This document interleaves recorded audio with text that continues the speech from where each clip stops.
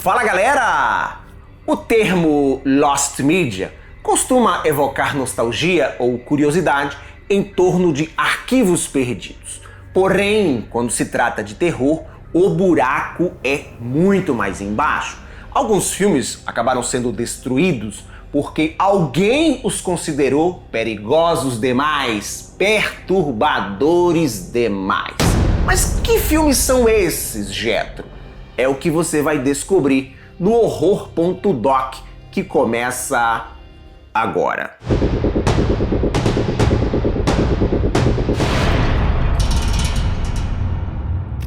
Existem Lost Medias de todos os tipos. Programas de TV, desenhos animados, filmagens amadoras, mas neste Horror.doc, que exigiu um extenso trabalho de pesquisa, tá? Eu vou abordar especificamente os filmes de horror considerados amaldiçoados. Nem toda Lost Media se perdeu por descuido ou por causa de um acidente. Algumas obras, como eu disse antes da vinheta, foram tão longe no quesito transgressão que o sistema não apenas as censurou, mas tentou também, e em alguns casos até conseguiu, apagar seus rastros da história. Neste vídeo, entre outras cocitas más, você vai conhecer algumas dessas relíquias macabras, longas-metragens que desapareceram misteriosamente após denúncias de violência real, fitas confiscadas por autoridades por serem consideradas uma ameaça à nação, rolos de filmes queimados por registrar algo proibido. O teor do vídeo é informativo, mas o conteúdo pode soar desconfortável em algum momento para as pessoas mais sensíveis. Então, assista por sua conta e risco, ok? Por desinformação ou má fé, vai saber, alguns filmes de terror foram taxados equivocadamente de Lost Media. Bigotten, que eu comentei no quadro dos filmes mais perturbadores, é um exemplo disso. A estética em preto e branco, extremamente degradada, fazia parecer que era uma espécie de ritual registrado no início do século passado. Entretanto, trata-se de um filme de arte, um filme experimental de 1989. Ele nunca esteve perdido, apenas teve uma distribuição muito limitada e underground, o que alimentou a lenda de que era uma mídia proibida. Aftermath, um curta-metragem espanhol dirigido por Nacho Cerdá, que lida de forma bastante hiperrealista com necrofilia e autópsias, também já foi confundido com Lost Media. Por ser banido em festivais e em alguns países, muitas pessoas acreditavam que as cópias originais tinham sido confiscadas e destruídas, o que não é verdade. O filme existe e faz parte de uma trilogia chamada Trilogy of Death. Aftermath, por conta do seu conteúdo, sofreu uma censura pesada, o que acabou o empurrando para o submundo dos arquivos digitais. The Poughkeepsie Tapes, outro que eu comentei no quadro dos filmes mais perturbadores do planeta, foi considerado um filme fantasma por quase 10 anos. Foi banido, retirado de circulação. Vendido como um found footage baseado em crimes reais, o golpe de marketing deu certo e muita gente comprou a ideia de que se tratava mesmo de gravações verdadeiras de um serial killer em ação, visto que o filme possui uma estética muito própria, com recortes de programas de TV que alternam com as supostas imagens gravadas pelo psicopata. Entre esses mal-entendidos, o caso que mais rendeu pano para manga foi The Last Broadcast, a última transmissão de 1988, um mockumentary sobre o desaparecimento misterioso de 2 apresentadores de um canal de TV. Muitas pessoas na época acreditaram que as imagens eram verdadeiras e que o filme tinha sido retirado de circulação pela polícia. Temos aqui um pioneiro do found footage que acabou sendo ofuscado pelo sucesso de A Bruxa de Blair, lançado no ano seguinte, 1999. fracasso de crítica e público na ocasião do seu lançamento, 1997, O Enigma do Horizonte, Event Horizon, conquistou muitos admiradores desde então, cativados pelo seu conceito, em grande parte inexplorado, de transportar o inferno para o espaço sideral. A sci-fi de terror não deixa claro se aquele inferno lá é o inferno no sentido religioso, mas temos sim uma dimensão de caos, dor e tortura implacáveis, aparentemente por toda a eternidade. Segundo o diretor Paul W.S. Anderson, a versão original de O Enigma do Horizonte tinha 2 horas e 10 minutos de duração. Isso são 30 minutos a mais do que a versão exibida nos cinemas e lançada em home video. Reza a lenda que a versão do diretor continha cenas do inferno tão viscerais que fizeram os executivos do estúdio passarem mal. Cenas como uma orgia de sangue, onde os tripulantes da nave Event Horizon são massacrados e torturados de maneiras extremamente gráficas. Infelizmente, a maior parte do material original dessa versão se perdeu no incêndio, porque a Paramount não se preocupou em armazená-lo de maneira adequada. Uma decisão da qual, segundo o diretor Anderson, eles se arrependeram quando o filme se tornou mais popular. O primeiro longa-metragem do Wes Craven, Aniversário Macabro, The Last House on the Left, de 1972, foi outro que teve muitos problemas por conta do seu teor extremamente gráfico. Craven e o produtor Sean S. Cunningham tiveram que cortar várias sequências para evitar uma classificação X nos Estados Unidos, classificação essa geralmente usada para filmes pornográficos. Muitas das cenas envolviam detalhes mais explícitos das torturas sofridas pelas protagonistas. Segundo relatos, havia um trecho, inclusive, onde um revólver era inserido no orifício de uma das moças. Por décadas, circularam diferentes versões do filme ao redor do mundo, algumas com cortes feitos por censores locais, como no Reino Unido, por exemplo, na ocasião dos Videonasties. Isso gerou um debate constante entre colecionadores sobre qual seria a versão definitiva. Ao ser abordado sobre esse assunto, Wes Craven disse numa entrevista que boa parte do material bruto foi descartado ali mesmo, na montagem original de 1972. Entretanto, o cineasta também disse que, visto o nível de organização do lugar onde ele e o Cunningham editaram o longa, que ele não se assustaria se um fragmento considerado destruído ou perdido aparecesse de repente. Você já ouviu falar de um filme chamado Thriller, A Cruel Picture? Nunca comentei sobre ele aqui no canal, mas quem costumava acessar meu falecido site, o jetro.com.br, com certeza conhece essa produção sueca queridinha do Quentin Tarantino. Lançado em 1973, o filme, que é considerado um clássico do subgênero Rape and Revenge, continha pornografia explícita e utilizou um cadáver verdadeiro durante as filmagens.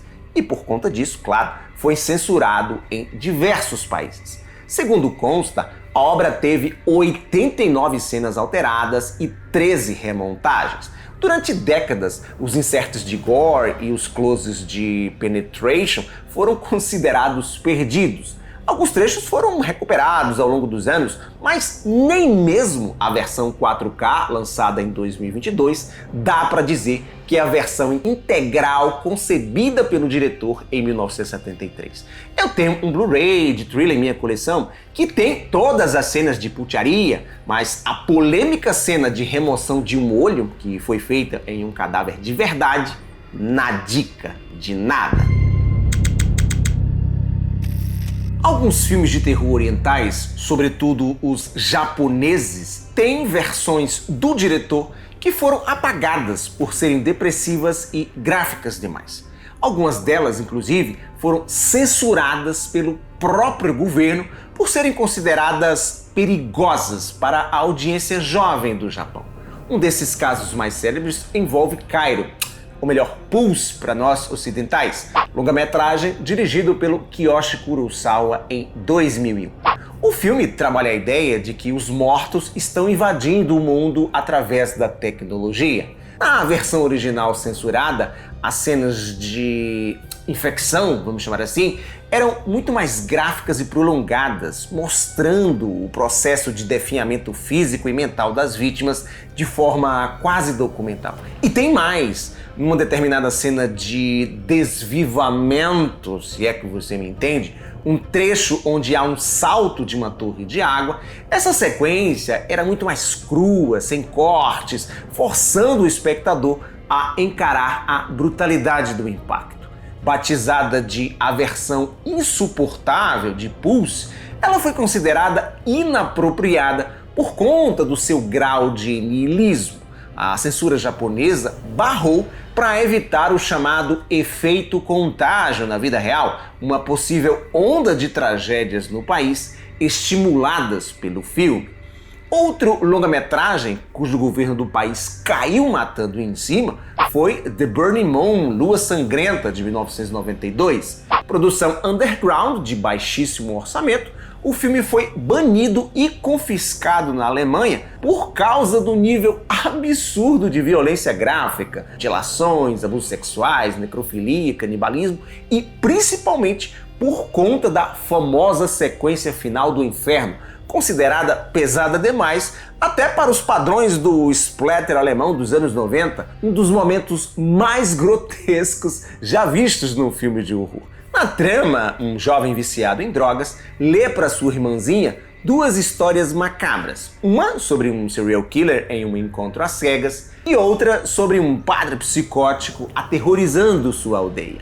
Quem dirigiu Lua Sangrenta foi o translocado Olaf Ittenbach, que é uma espécie de Peter Bierstoff da Alemanha. Ao longo dos anos, sua reputação explodiu justamente por causa dessa versão censurada e da dificuldade em encontrar o corte original. Entre 2000 e 2010, começaram a surgir Blu-rays alemães supostamente apresentando a versão Uncut and Uncensored, mas segundo os colecionadores hardcores, essas versões não representam necessariamente o original de 1992, visto que o longa foi rodado em VHS. Outro fator que aumentou a aura de Lost Media do filme foi o contexto cultural da Alemanha pós-videonasties. Durante os anos 80 e 90, o país ficou conhecido por políticas extremamente rígidas contra obras explícitas de horror. Produções que continham gore eram frequentemente proibidas e comercializadas na clandestinidade. Dentro desse cenário, The Burning Moon se tornou um dos filmes mais infames e mitológicos do horror extremo europeu.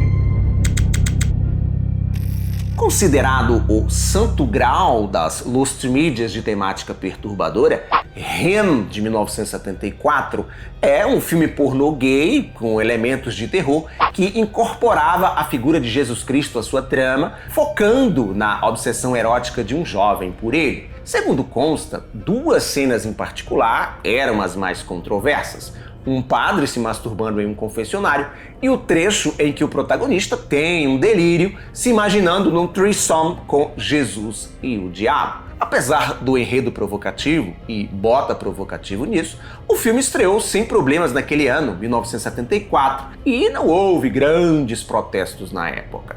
Durante muito tempo foi considerado um boato, porém historiadores de cinema e pesquisadores confirmaram que a obra realmente existiu graças às resenhas da época e depoimentos de cineastas. Him foi até citado pela revista Variety e possui ficha no Internet Movie Database. No entanto, nenhuma cópia, rolo de filme ou gravação caseira sobreviveu até hoje, tornando extremamente raro e procurado por arquivistas. O Brasil também tem uma historinha cabulosa envolvendo uma Lost Media de terror. Durante os anos 60, 70 e 80, os europeus, sobretudo os italianos, invadiram a Amazônia para rodar uma cacetada de filmes sobre tribos selvagens isoladas da civilização. Primeiro veio Guattiero Jacopetti, Franco Prosperi, os diretores de Mondocane, e na sequência Umberto Lenzi, Ruggero Deodato e seus coleguinhas do ciclo italiano de canibalismo. Reza a lenda que nesse período aí, entre 60 e 80, uma produtora europeia, em parceria com uma produtora brasileira, nessas incursões pela floresta amazônica, rodou um filme que continha um sacrifício humano de verdade.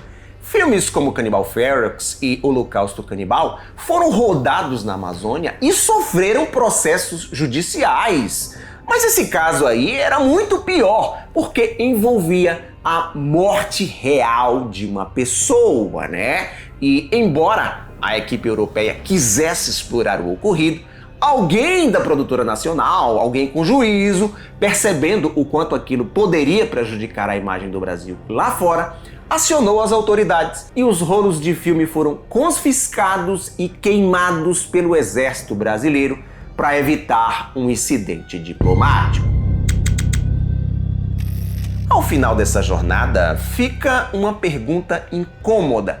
Por que somos tão obcecados pelo que foi apagado? Por que a ausência de uma imagem provoca tanta curiosidade? Quando um estúdio destrói um negativo ou um governo confisca uma fita, eles criam algo muito mais persistente do que o próprio filme.